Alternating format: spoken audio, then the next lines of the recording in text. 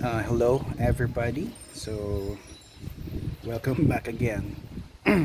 So we're going to discuss in this video annuity due, so previously in our topic, still on lesson 4. Is it lesson 4 or lesson 3? I forgot. Lesson 4 is about annuities, and the first discussion on annuity is actually the ordinary annuity. So ano yung ordinary annuity? The payments or deposits are done at the end of the period. Say for example, at the end of a month, so you pay yung deposit at the end of a month. So kung monthly yan or kung quarterly naman yung payment, that means you're going to pay at the end of each quarter. Now the difference is that sa annuity due, we're going to pay, you know, at the beginning of each period. So kung monthly yung payment, that means you're going to pay at the beginning of the month. Kung quarterly yung payment, that means you're going to pay at the beginning of each quarter, and so on. So we normally do this kapag nagbabayad tayo sa apartments, pag nag-umupa tayo ng apartments or boarding houses. So we usually pay at the beginning of each month or each quarter or each year. Now, so the derivation of the formula for annuity due is just the same dun sa discussions natin before, yung in-explain ko noon yung sa previous videos. How did we arrive for the formula for annuity? So I have explained there, no? Okay, so the same would be applicable in this particular topic. Few modifications lang, no? So modification lang sa formula natin for ordinary annuity. We can derive the formula for annuity due. So the difference, ito yung difference ng dalawa in terms of mode of payment. So yung cash flow diagram natin. So for ordinary annuity, so we pay at the end of each period. Kapag annuity due, we pay at the beginning of each period. So we're going to use the same formula but with a little modification. So when we solve for the present worth of an annuity due, since we're solving for the present worth, okay, nagdadagdag tayo ng plus A dito, ito. Okay. And then for future worth naman or future value, so ito yung formula natin. Halos parehas lang dun sa ordinary annuity. So nagkaroon lang tayo ng konting modification because of the transfer of the time of deposit or payment. Okay, so this would be our formulas to solve for the present worth and the future worth of an annuity due. So anong differences ng dalawang annuities? So annuity due versus ordinary annuity. In terms of payments, I have mentioned kanina, for ordinary annuity, we pay at the end of each period, and for annuity due, we pay at the beginning of each period. Okay, so yun yung difference in terms of payment. Okay, another difference is that in terms of present value, so the present value of an annuity due is higher than for an ordinary annuity. Okay, so present value of an annuity due is higher than that of the ordinary annuity. So it is a result of the time value of money principal, and as an annuity due, payments are received earlier, therefore it has higher value or amount in terms of the present value. Okay, next would be the future value. Okay, so an annuity's due's future value is also higher than that of an ordinary annuity by a factor of 1 plus the periodic interest rate. Okay, so mas mataas. So for both present and future value, mas mataas kapag annuity due. Of course, that would be depende if you're the one Yung advantages, of course, is depende kung ikaw yung nag-receive ng payment or you're the ones paying. Okay? So, depende na yan. Okay? So, yun yung differences ng ordinary annuity and annuity due. Now, let's go to the illustrative problems. Let's try to solve some problems, no, sa annuity due. First problem. First illustrative problem. Engineer Mason borrows 100,000 pesos at 10% interest compounded monthly. Okay? He must pay back the loan over 30 years. Teka lang. With uniform monthly payments due on the first day of each month. So monthly siya magbabayad, due on the first day. No? What does Engineer Mason pay each month? So magkano ang babayaran ni Engineer Mason monthly para mabayaran niya yung 100,000 pesos na hiniram niya for how many? For 30 years. 30 years niya babayaran monthly. So magkano ngayon yung babayaran niya monthly?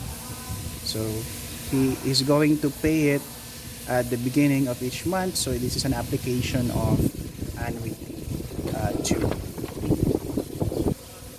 Okay, so this would be the cash flow diagram.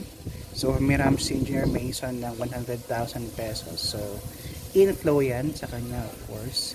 And then magbabayad siya the beginning of each month for 30 years. So take note dun sa cash flow diagram natin. So 360 ito, no, kasi meron tayong 12 months a year for 30 years. So that would be 360 months. Okay. So 360 months niya babayaran yung 100,000 pesos. Ang tanong ngayon, magkano yung babayaran niya monthly? Okay? Okay. So, annuity due ito, no? Kasi nga, magbabayad siya at the beginning, at the first day of each month. So, nasabi ko na kung saan galing yung 360, So, 12 months 12 monthly payments for 30 years, that is equivalent to 360 months, no? So again, ang given na interest rate natin is 10% compounded monthly. So no worries kasi magkaparehas yung compounding at saka yung period ng payment natin. So compounded monthly siya, tapos monthly din yung payment natin. So all we need to do is to solve for the interest rate for each month.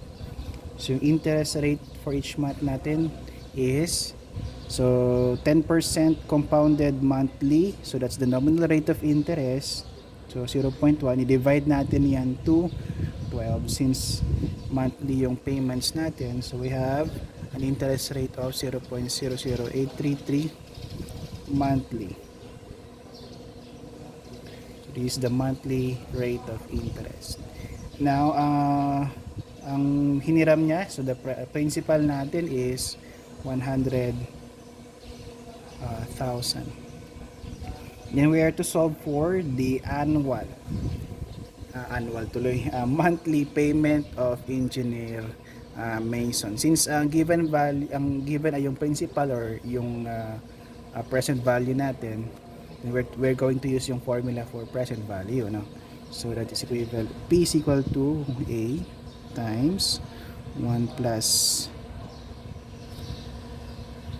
I raised to N minus 1 all over I raised to N plus A. Okay? Okay, I don't forget yung minus 1 natin dito. So, n minus 1 pala yan. So, n natin is 360. Okay. So, we have a present value that is 100,000. Substitute lang natin yung sa formula. we are solving for A. Okay, so the monthly payment, 1 plus I natin is, the monthly interest rate is 0.00833 raised to n minus 1. So we have 360 minus 1, so we have 359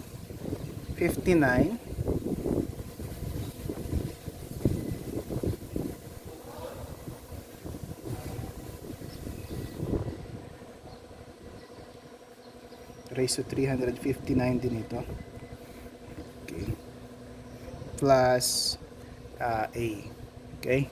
So A now is equal to the monthly payment of Engineer Mason is equivalent to 870.029 pesos yung babayaran niya monthly para mabayaran niya yung inutang niyang 100,000 at the end of 30 years. Okay? So that's it. That's problem number 1. Okay, next problem. Second problem. Under a factory savings plan, workman deposits 25 pesos at the beginning of each month for 4 years. And the management guarantees accumulation of 6% compounded monthly. Okay. How much stands to the workman's credit at the end of 4 years? Okay. So merong yung workman ay nagbabayad siya ng 25 pesos at the beginning of each month for 4 years, no? Yun. So basically this is an example of an annuity due. So annuity due siya. Okay. So ang interest rate natin is 6% compounded monthly. So wala tayong problema, magkatugma yung number of compounding at saka yung period ng pag-deposit niya. So monthly yung deposit, yung compounding is also monthly, 6% compounded monthly. So we're to solve for the future amount of that deposits at the end of 4 years. Okay? So ilang payment period tayo? So since monthly siya nagbabayad for 4 years, so n natin is, so 4 times 12 months. So 4 years at 12 months per year. So that is 48. Okay? Yung payment periods natin, number of payment periods. And the interest rate per month, since ang given natin ay 6% compounded monthly, so this would be the nominal rate of interest. And then, so to get the monthly interest rate, we simply divide this by 12. So that is 0.06 divided by 12. So we have a monthly interest of 0.005 yung monthly interest natin. Okay? And the monthly deposit is 25 pesos yung monthly deposit natin. We are to solve for the value of these monthly deposits at the end of 4 years. So we're going to use the formula for future amount or future worth of an annuity due.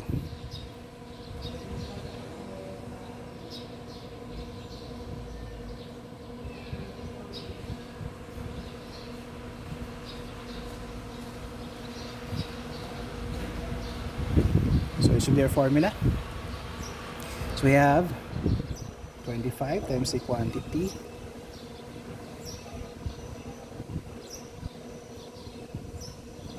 so again, so for annuity due, kapag we're solving for the future amount or future value, this is n plus 1. N natin is 48, so we add 1 and that would be 49 since we're solving for the future amount or future worth. Minus 1 divided by interest rate monthly is 0.005. Don't forget minus yung A natin na 25 pesos. So F now is equal to, so ito yung makukuha niya at the end of 4 years ng makukuha ng workman natin.